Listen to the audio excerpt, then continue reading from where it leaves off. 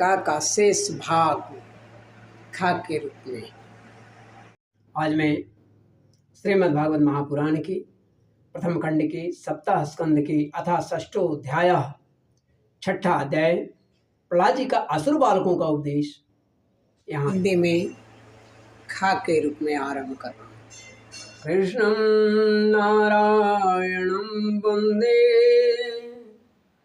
कृष्णं वंदे व्रजप्रियं, कृष्णं द्वैपायनं वंदे, कृष्णं वंदे वृथासुतम्। जीवन का वास्तविक उद्देश्य जो था वह नष्ट हो रहा है। भला इस प्रमाद की भी कोई सीमा है? यदि इन कामों में कुछ सुख मिले तो भी एक बात है, परंतु यहाँ तो जहाँ जहाँ वह जाता है वहाँ वहाँ दैविक और भौतिक ताप उसके हृदय को हमेशा जलाते रहते हैं। फिर भी उसके हृदय में वैराग उत्पन्न नहीं होता है, संन्यास उत्पन्न नहीं होता है। यह एक विडंबना है। कारण है कि शुरू से नहीं लगे। कुटुंब की ममता के फेरे में पड़कर वह इतना असावधान हो जाता है कि उसका मन धन के चिंतन में, परिवार के चिंतन में, चिंता में सदा इतना लवलीन हो जाता है, तल्लीन हो जाता है कि वह दूसरे का धन भी चुराने में बाज नहीं आता। दूसरे के धन को भी हड़पने के लिए वह तत्पर रहता है, बस मौका मिलना चाहिए। वह लौकिक पारलौकिक दोषों को भी त्याग देता है, वह पीठ पीछे कर देता है और सम्मुख उसका जो बली होता है वह तो एकदम गला धर करके उसका चीज को छीन लेता है, जबकि उसका नहीं था। तो लौकिक पारलौकिक दोषों को जान भी रहा है कि यह दोष है, यह पाप है, यह नहीं करना चाहिए, निकृष्ट कर्म है, फिर भी कामनाओं को बस में न कर सकने के कारण इंद्रियों के भोग की लालसा से वह यह दुष्कर्म कर लेता है, चोरी करता है या पाप कर्म करता है। हे भाइयों, हे मित्रों, हे दोस्तों, हे सखा, जो इस प्रकार अपने कुटुंबियों के पेट पालने में लगा रहता है, कभी भगवत भजन नहीं करता, वह विद्वान हो, वह विद्वान हो गया हो, बहुत बड़ा विद्वान हो गया हो, बहुत बड़ा ज्योतिषाचार्य हो गया हो, तो भी उसे परमात्मा की प्राप्ति नहीं हो सकती है। क्योंकि अपने पराये का भेदभाव रहने के कारण उसे भी अज्ञानियों की समान ही तमः प्रधान गति प्राप्त होती है, अंधकार युक्त गति प्राप्त होती है। यतो न कचित् क्वच कुत्रचिद् वा दीन स्वमात्मानमलं समर्थः विमोचितुं कामदृशां विहार क्रीडा मृगोऽयन्निगडो विसर्गः ततो विदूरात् परिहृत्य दैत्येषु संगं विषयात्मकेषु उपेत नारायणमादिदेवं समोक्त संगे ऋषितोपवर्गः। जो कामनियों के मनोरंजन का समान उनका क्रीड़ा मृग बन रहा है, और जिसने अपने पैरों में संतान की बीड़ी जकड़ ली है, या मेरा बेटा है या मेरी बेटी है, उसमें ही अपनी दिनचर्या लगा रखा है, वह बेचारा धनवान होने के बाद भी बहुत बड़ा गरीब है, क्योंकि उसके पास वो ताकत नहीं है जो भगवान का भक्ति का है। सबसे बड़ा गरीब है। वह बेचारा गरीब चाहे कोई भी हो, कहीं भी हो, किसी भी प्रकार से अपना उद्धार नहीं कर सकता है, उसका उद्धार नहीं हो सकता है, क्योंकि उसकी प्रवृत्ति ही नहीं है, प्रवृत्ति जागेगा ही नहीं, तो वहां करेगा कहां से। इसीलिए भाइयों, तुम लोग विषयासक्त दैत्यों का संग दूर से ही छोड़ दो और आदिदेव भगवान नारायण की शरण ग्रहण करो, क्योंकि जिन्होंने संसार की आसक्ति छोड़ दी है उन महात्माओं के वे ही परम प्रियतम और परम गति है। हे मित्र, भगवान को प्रसन्न करने के लिए कोई बहुत परिश्रम या प्रयत्न की आवश्यकता नहीं करना पड़ता है, क्योंकि वे समस्त प्राणियों के खुद ही आत्मा है और सर्वत्र सब की सत्ता के रूप में स्वयं सिद्ध वस्तु है, चाहे वह ब्रह्मा क्यों न हो या एक छोटे से जीव कीट जिसे हम देख भी नहीं सकते।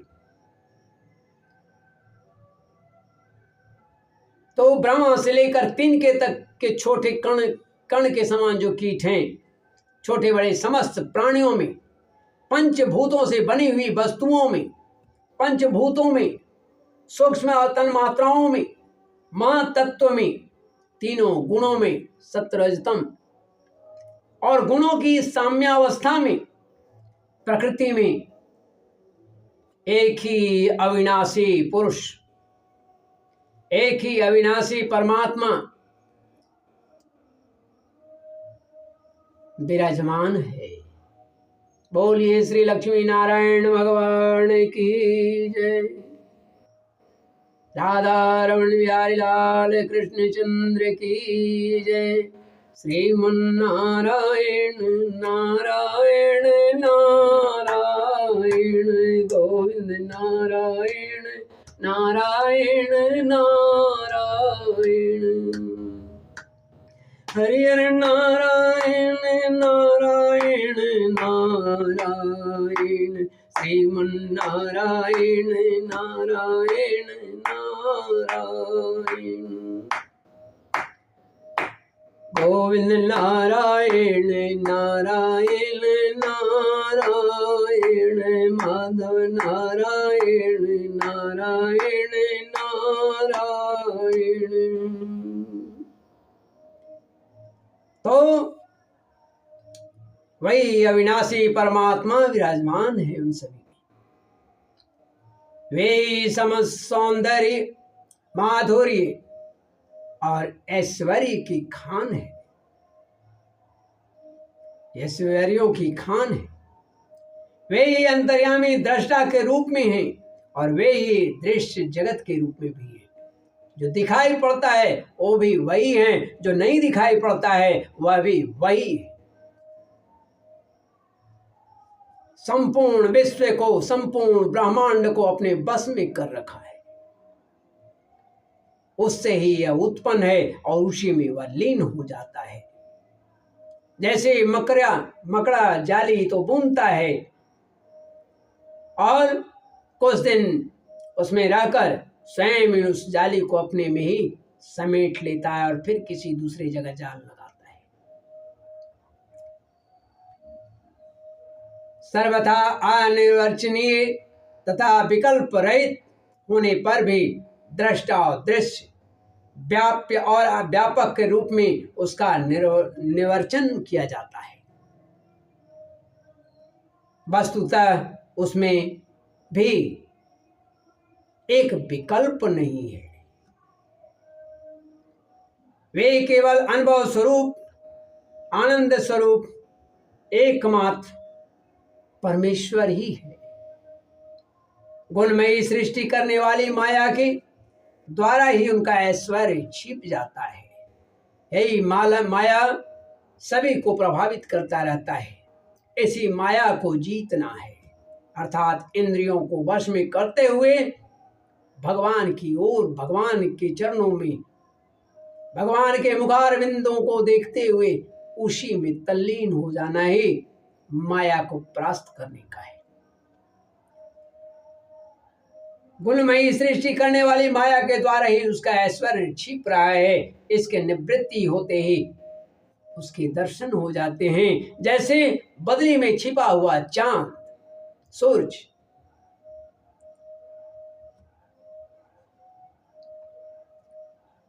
केवलानुभवानंद स्वरूप परमेश्वर मायायांतर्हितैश्वर्य ईयते गुणसर्गया तस्मात् सर्वेषु भूतेषु दयां कुरुत सौहृदम् आसुरं भावमुन्मुच्य यातुस्यत्यधोक्षज। वे केवल अनुभव स्वरूप, आनंद स्वरूप, एकमात्र परमेश्वर है। इसीलिए तुम लोग अपने दैत्यपने का, आसुरी संपत्ति का त्याग करके समस्त प्राणियों पर दया करो, प्रेम से उसकी भलाई करो। इसी से भगवान प्रसन्न होते हैं।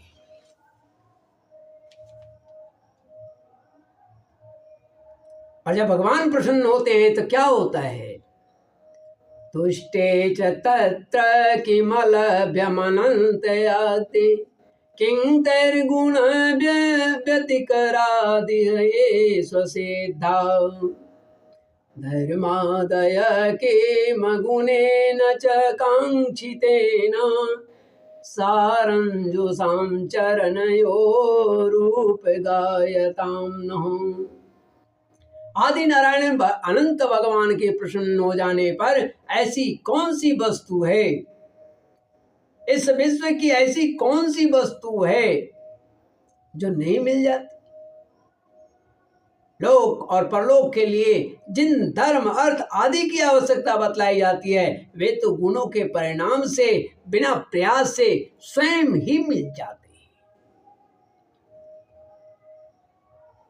स्वयं ही मिलने वाले हैं। आपके गुण अच्छे होने चाहिए, कर्म अच्छे होने चाहिए। जब हम श्री भगवान के चरणामृत सेवन करने और उनके नाम गुणों का कीर्तन करने में लगे हैं, तब हमें मोक्ष की भी क्या आवश्यकता है? जब मोक्ष मिल जाएगा तो फिर फायदा कब?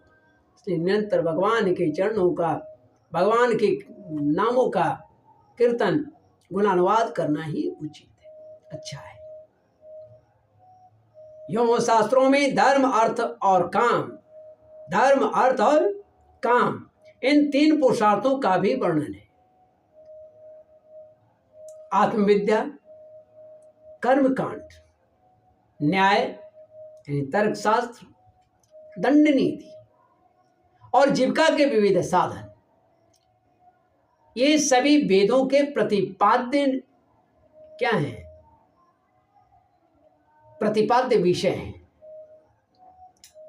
परंतु यदि ये अपने परम हितैषी परम पुरुष भगवान श्री हरि को आत्मसमर्पण करने में सहायक हैं, तभी मैं इन्हें सत्य यानी सार्थक मानता हूं।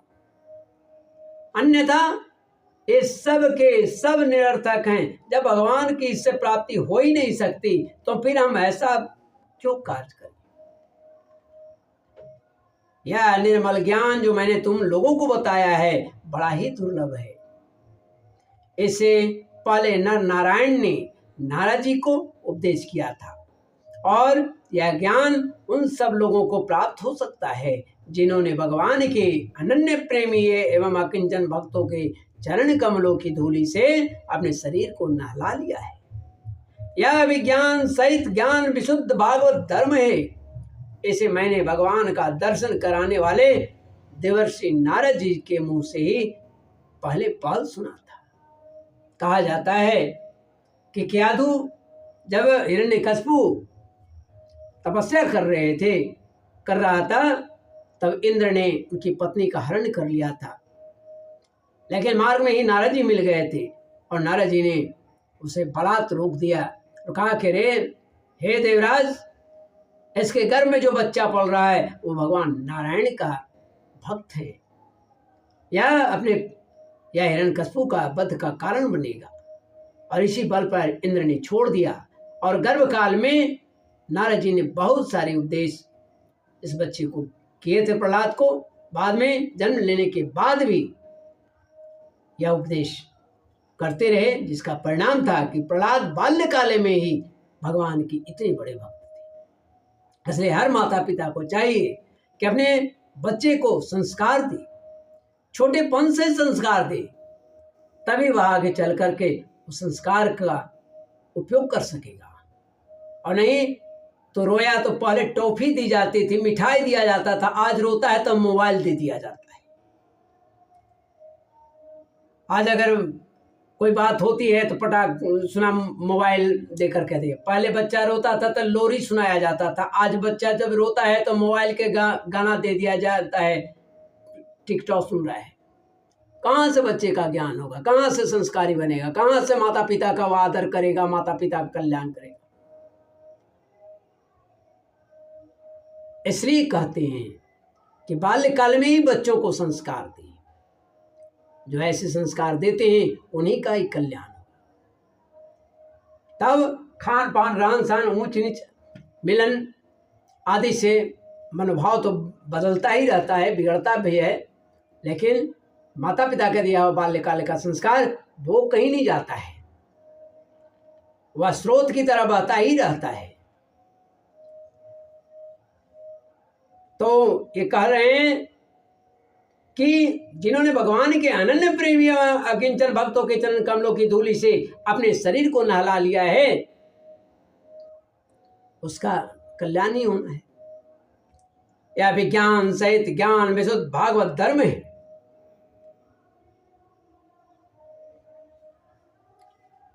और ये देवर्षि नारद से इन्होंने सुना था। प्रहलाद जी के सहपाठियों ने फिर पूछा कि अच्छा हे मित्र, हे प्रहलाद जी, कुछ प्रश्न उसे बतलाइए। इन दोनों गुरु पुत्रों को छोड़कर और किसी गुरु को तो न तुम जानते हो न हम जानते, ये ही हम सब बालकों के शासक हैं। तुम एक तो अभी छोटी अवस्था के हो और दूसरे जन्म से ही महल में अपनी माँ के पास रहे हो। तुम्हारा महात्मा नारद से मिलना कुछ असंगत सा जान पड़ता है। कैसे आखिर आप नारद जी से मिले भाई? जन्म लिए तो उसके बाद माँ के पास रहे, तो ये कैसे संभव है कि आप नारद जी से मिले थे? तो प्रियवर, यदि इस विषय में विश्वास दिलाने वाली कोई बात अगर आपके पास है तो तुम उसे कहकर हमारी शंका मिटा दो, हम मान लेंगे। ये बात बच्चों ने पूछा है, मित्र ने पूछा है, तो मैं इस अगले दिन इस कथा को कहूँगा। प्रहलाद जी द्वारा माता के गर्भ में प्राप्त हुए नारद जी के उपदेश का वर्णन वो किए हैं, उसको मैं अगले दिन कहूँगा। इति श्रीमद्भागवते महापुराणे पारमहंस्यां संहितायां सप्तम स्कंदे प्रहलादानुचरिते षष्ठोऽध्याय। आज मैं श्रीमद्भागवत महापुराण की प्रथम खंड के सप्तम स्कंद के अथा षष्ठोऽध्याय ख के रूप में यहाँ समाप्त होता है। श्रीमन्नारायण नारायण नारायण, गोविंद नारायण नारायण नारायण, श्रीमन्नारायण नारायण नारायण, हरि नारायण नारायण नारायण। अपने चरण में रख ले नारायण नारायण नारायण, श्रीमन्नारायण नारायण नारायण